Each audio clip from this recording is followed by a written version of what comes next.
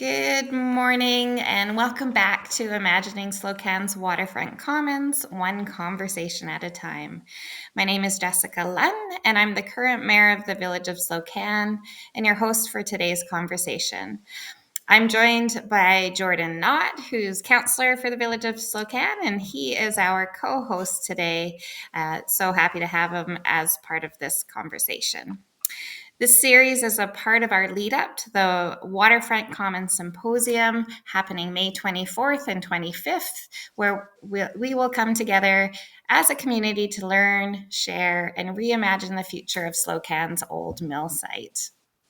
Today, we are absolutely thrilled to welcome Susan Cull from Shorefast, where she leads work in operations and economic development.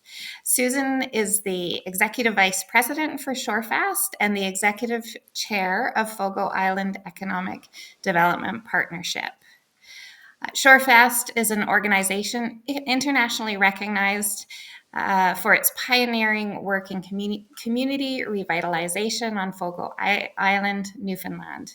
With a background in business leadership and a passion for rural economic rural economic development, Susan plays a key role in advancing Shorefast's mission to build cultural and economic resilience through social enterprise, philanthropy, and local knowledge.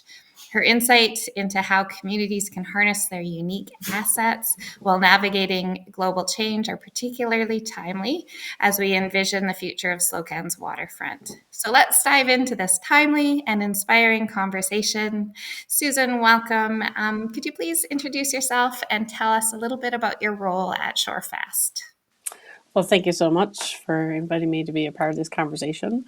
I have not been to Slocan, so I'm interested in learning more about your community as well and the work that you guys are doing there. I think you kind of did a great introduction there to the work that we're doing. My role in particular is mainly in operations, but I've been with the organization now for about 8 years and have crossed sort of the breadth of what we do, which is really about social enterprise and programs for our charity on Fogo Island, and now our sort of broader ambitions of helping communities across the country learn from the work that we're doing on Fogo Island. That's really cool. You know, we're really excited to have Shorefast come and participate here in the symposium, especially having your colleague Gwen Patrick come out and work with us on asset-based community development, or the ABCD method. Could you tell us a bit more about the ABCD method and how it relates to Shorefast's work? So ABCD is what we believe is the kind of the core for economic development, and it really means you're kind of looking around your community and you're asking yourself 5 questions: what do we know? What do we love? What do we miss? And what are we going to do about it?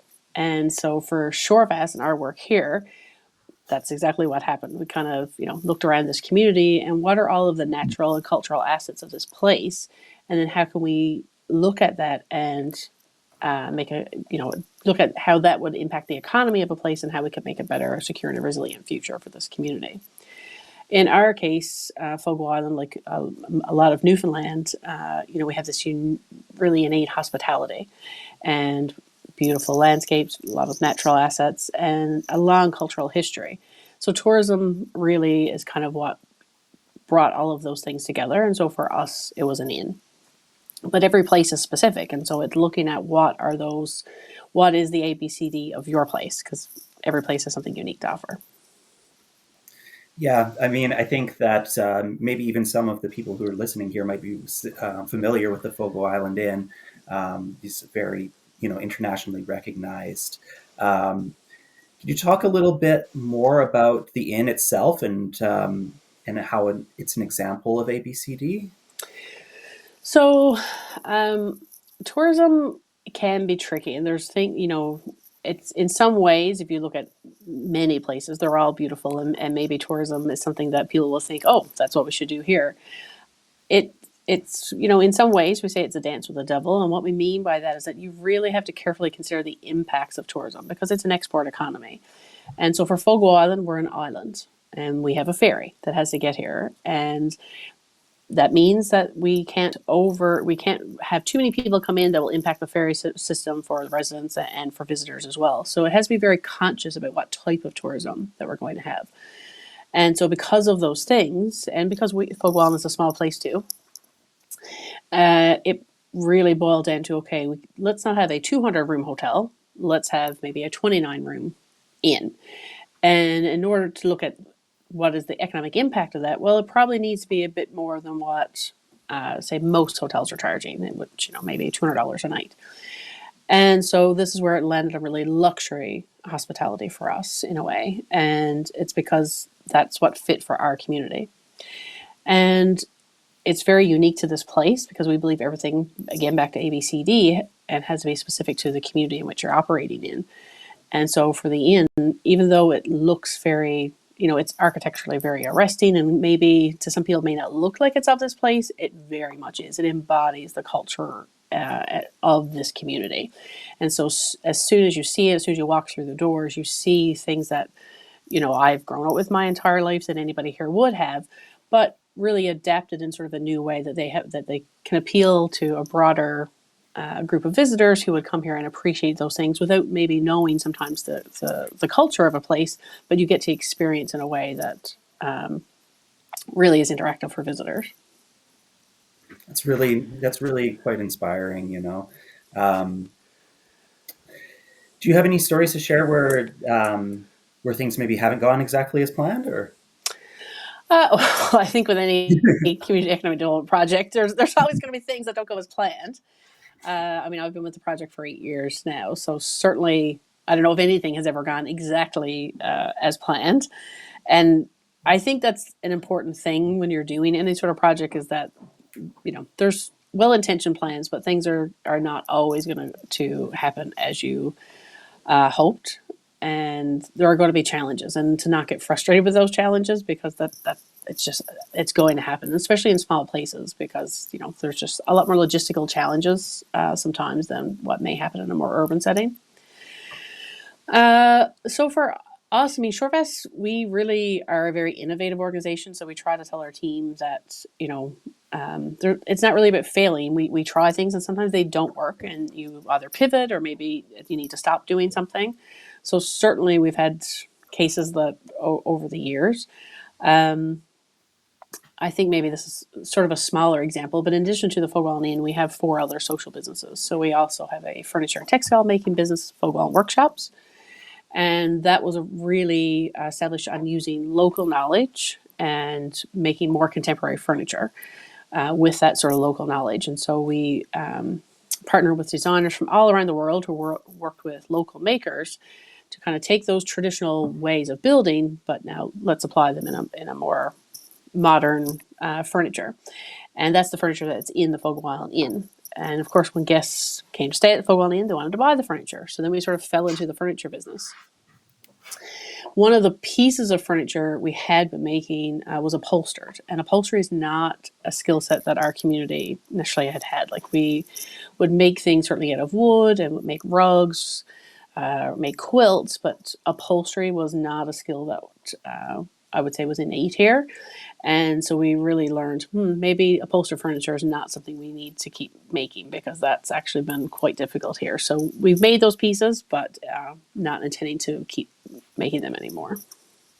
Right. So there are things you just kind of have to, well, it's lovely and it sells and there's a market for it. It's maybe not what works here, because it's just something that we can't actually do in this community. So let's pivot and do something else. It's Right. furniture, other pieces of furniture that we can make here. Yeah. I guess just, like you say, responding to to the knowledge and skills that exist within the community. And Yeah. and I what I really also really appreciated from what you were saying too, is just like right sizing the industry to to be conscious of the impacts that it has. So I really appreciate you speaking on that.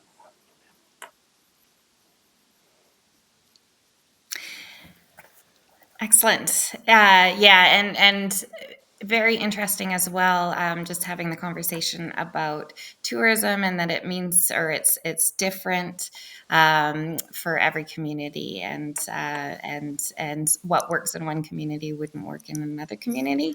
And I always describe it as well as a spoke in the wheel of local economic development. Um, uh, Okay, so we have shared the place framework on our digital hub to get people inspired about what's possible in Slocan. Could you please give us an overview of these principles for community development? So the place framework came about from it really came from Memorial University and the School of Business there, and looking at social enterprise across this province. I think for Shorefast and Fogwell, we were sort of the first community in that framework, but there's others around the province, and we kind of became this cohort of looking at the social enterprise and how different communities were using that sort of model in community economic development.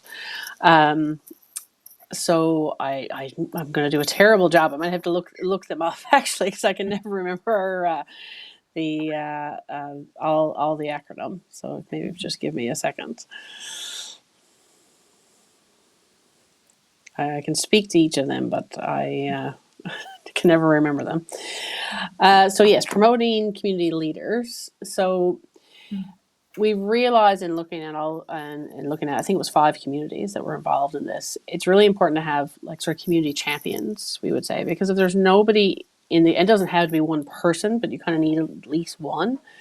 Because if there's not somebody there who's really pushing things forward, it's really hard for things to move forward. Somebody from outside can't just come into a place and say, hey, we're going to do this. Like, you need to have somebody who's there locally that's going to help untangle all the knots that are going to come up. And we realized that was common among all the communities that were in this framework.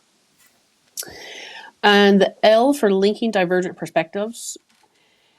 I mean, in Fogwall in particular, but again, this was common among all the communities. Really, the impetus for things to happen comes when somebody from outside kind of comes in and invigorates. Because sometimes you need somebody to look at, you need a different perspective. You need somebody from outside that can sometimes help you see the things that may be right in front of you. And if we look back in Fogwall's history, I mean, all the work of Shorefast is really built on the Fogel process. So this, I mean, I won't get into it too much here now, but it was this process of using art to bring about social change. And it led to the development of the Fogwell Cooperative, which is the fisheries cooperative on the island. And speaking to people, this was in 1967, and speaking to many people who were around at the time, they said that never would have happened if they didn't have somebody from outside the community who came in and was able to really use this ABCD. They just didn't call it that at the time, but to say, like, what do you have here?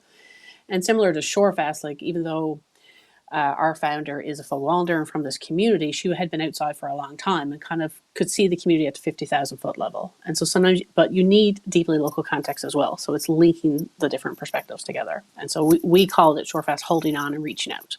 And like a lot of our work is founded in that. Amplifying local capacities and assets. So this kind of similarly goes back to my story about the workshop. Like you really need to look at what you have in your community. And it's not just the people who maybe from that community. I mean, of course, it's people who would have moved in or maybe different skills that you want to move into that community. But it's really looking at what you have and how can we amplify that more. Conveying compelling stories. So this is about narrative and storytelling. I would say, maybe not to toot our own horn, but I think that's one thing Shorefast has probably done very well. Like, storytelling is really important when trying to get your message across to people instead of just like having a website. It's nice to tell things through stories.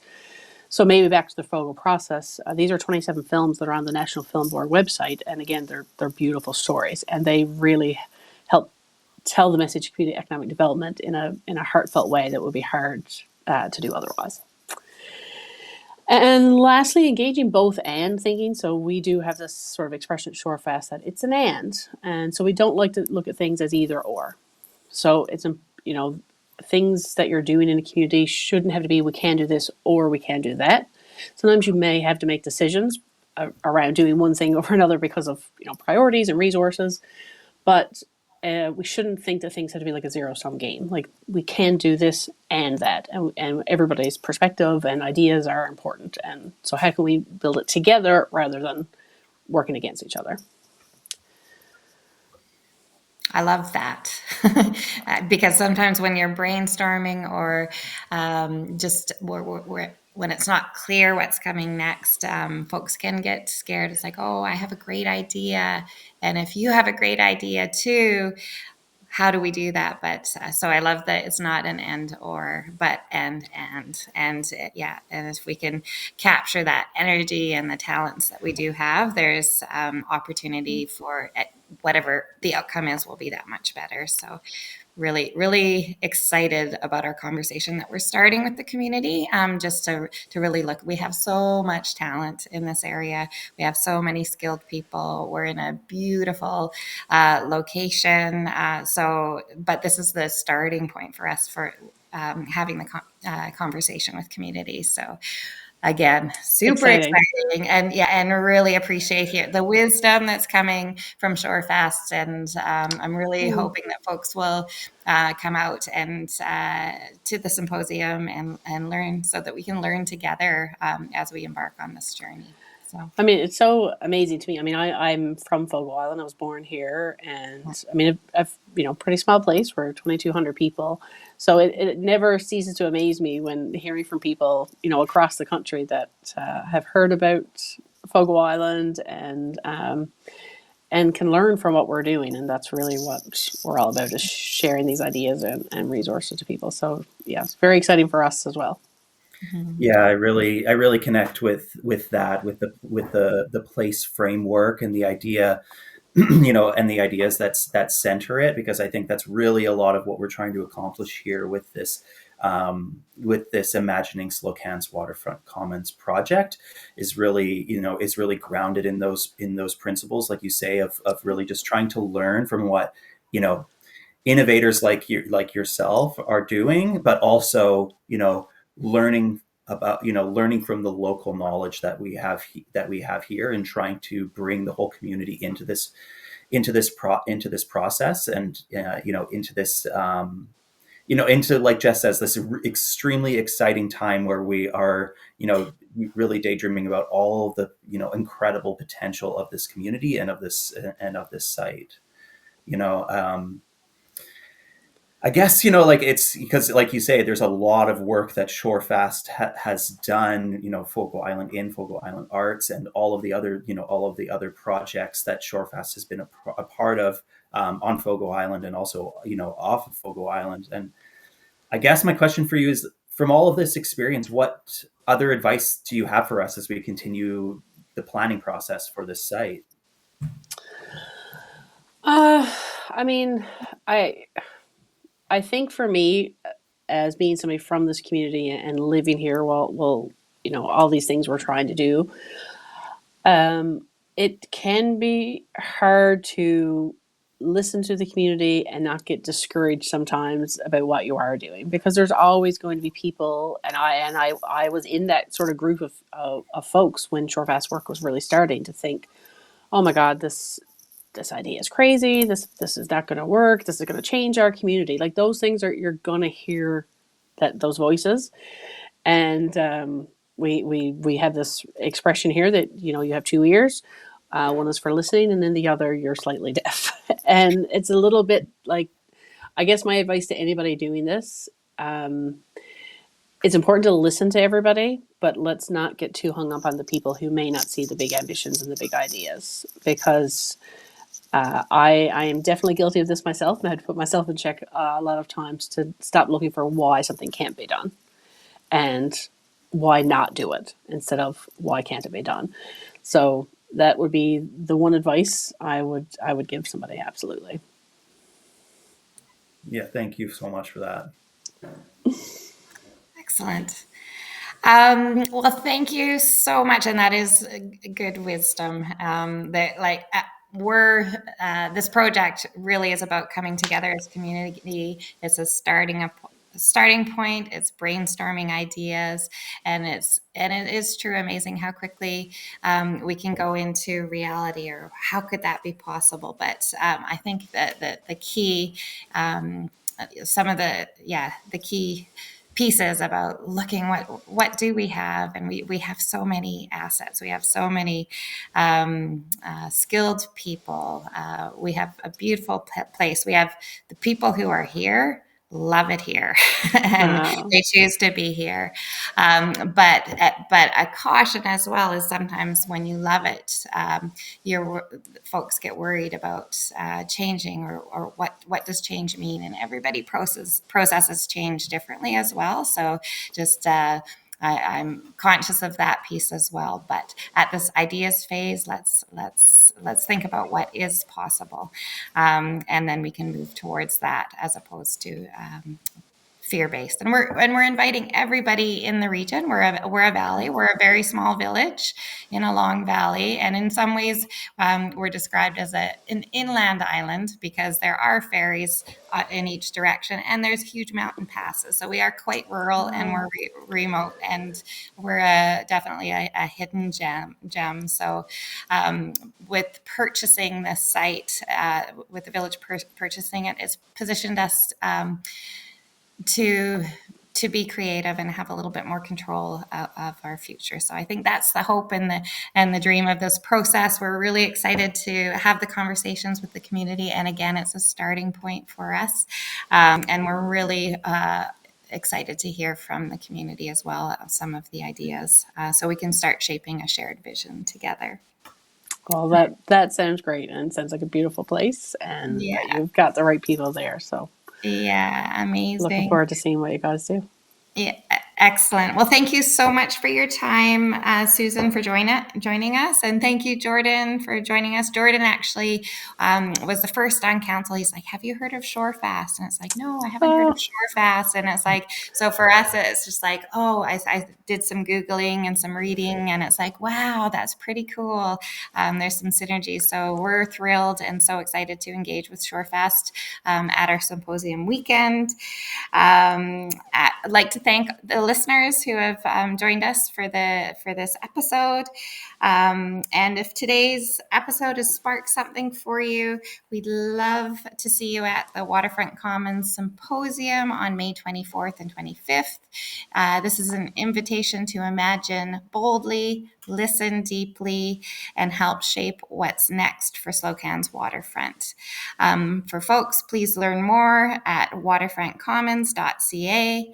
Until next time, keep imagining and keep building community, one conversation at a time.